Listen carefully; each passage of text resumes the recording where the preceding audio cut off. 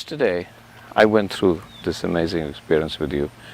It was a collective experience. And then I saw your relationship with the meditators who were the volunteers in this incredible course that we did. And there was something that connected you. Now, I've heard stories about this. I've heard that as Jesus walked in, and he spread this love, and we always wondered, how could you just spread love? I saw that yesterday. But I saw tears in their eyes. We could explain that. But I saw tears in your eyes because I saw a two-way relationship. So let's just keep with this idea of a guru and tell me, what is this two-way? Because I saw you like a devotee, you were like them. When you went to them, it was not just their emotion, it was yours. See, here you are using the word devotee. I don't know whether they're devoted or not. My life is devoted to them. Yeah. Okay, that's for sure. Yeah. My whole life is devoted to every human being on this planet, every creature on this planet. So, devotion is just a deeper love affair. When I say a deeper love affair, generally, these days at least, people are understanding a love affair as some kind of a transaction of give and take. Devotion is a deeper love affair of just absolutely giving. Whether take is there or not just doesn't matter and it doesn't occur in your mind.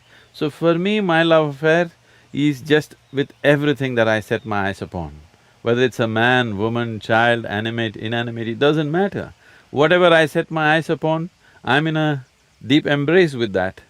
So for me to come to tears, I don't even have to look at a human being. If I look at a cloud, I'll come to tears. If I look at a tree, I come to tears. If I close my eyes, I'll come to tears.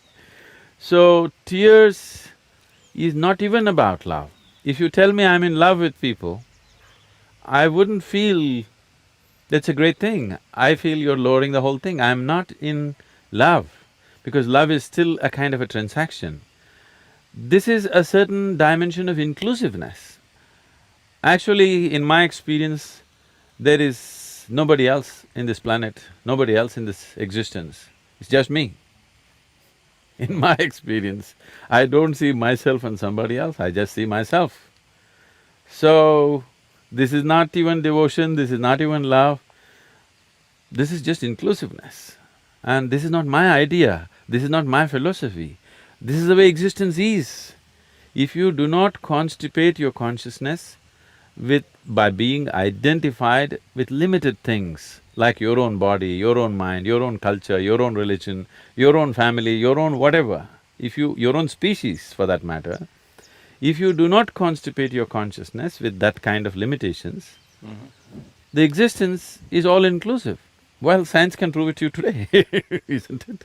The more people see you, even from a distance, there's a sudden outpouring of love, complete outpouring of love. So let's talk about love.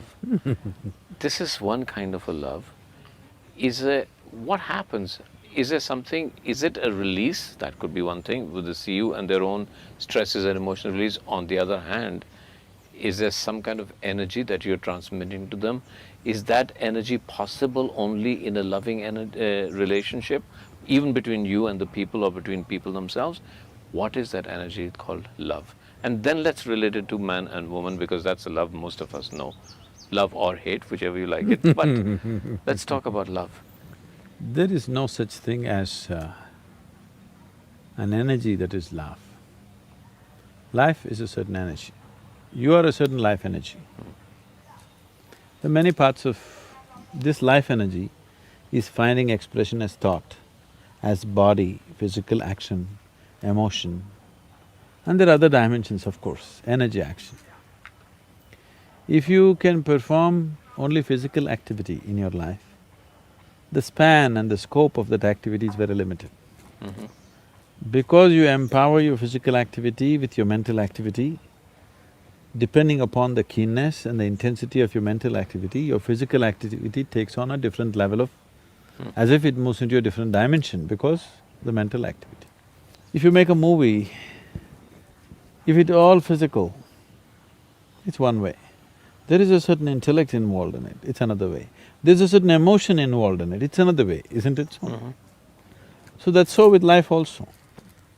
So, these are different levels of intensity. Physical is at one level of intensity, intellectual is another level of intensity, emotion is a different level of intensity. Generally, people are looking down upon emotion as something less than intellect, which is a very wrong thing they're doing. Which I think slowly people are realizing they're talking about emotional intelligence now. Because emotion is capable of being of a higher intensity than intellect in many ways. Intellect has a certain coolness, intellect has a certain penetration, but emotion can just embrace everything. Intellect can know pieces of life, emotion can know the wholeness of life. So this is the reason why spiritual traditions always have made devotion the biggest thing, because a devotee looks like a fool to an intellectual person.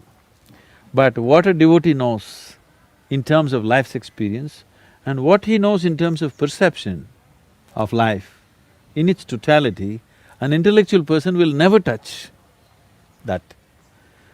So a devotee looks like a fool, but the real fool is elsewhere. So right now what's happening here when people are around me is neither intellect nor emotion nor body. It's another dimension, which is just pure reverberation of energy. If I reverberate in a certain way, some people will roll their eyeballs upward and simply sit there. Some people will cry, some people will laugh, some people will feel that they realize so many things being there in that space. This is their expression of it. This is like, if I give you electric connection, somebody makes light out of it, somebody makes sound out of it, somebody makes coolness out of it, somebody makes heat out of it.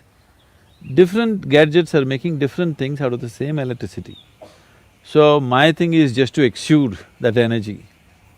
Somebody makes love out of it, somebody makes alertness out of it, somebody makes awareness out of it, somebody makes meditativeness out of it. That's left to that individual depending upon his level of evolution and his receptivity as to how he is. So am I creating a love energy? There's no such thing as love energy, there's just life energy. There is only life energy. Love is just one expression of life.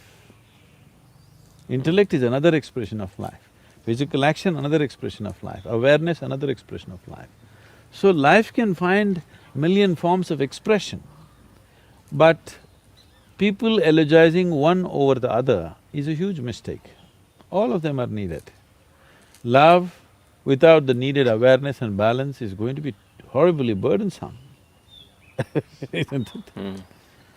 So what you're referring to as love is basically the sweetness of your emotion. You sit here and you could feel about love, you could feel love about somebody who is not even here.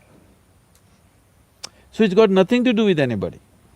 Once a human being becomes more and more aware of his own nature, he understands to experience love, to experience blissfulness, to experience ecstasy, even to experience orgasmic ways of life, you don't need anybody actually. If you just sit here, you can make it happen within yourself. Because after all, it's your body, it's your mind, it's your emotion, it's your chemistry, and you are the one who is creating all the experiences of your life. Because people are not conscious of this, that you are the maker of your life, you are the one who is doing your life the way you want it.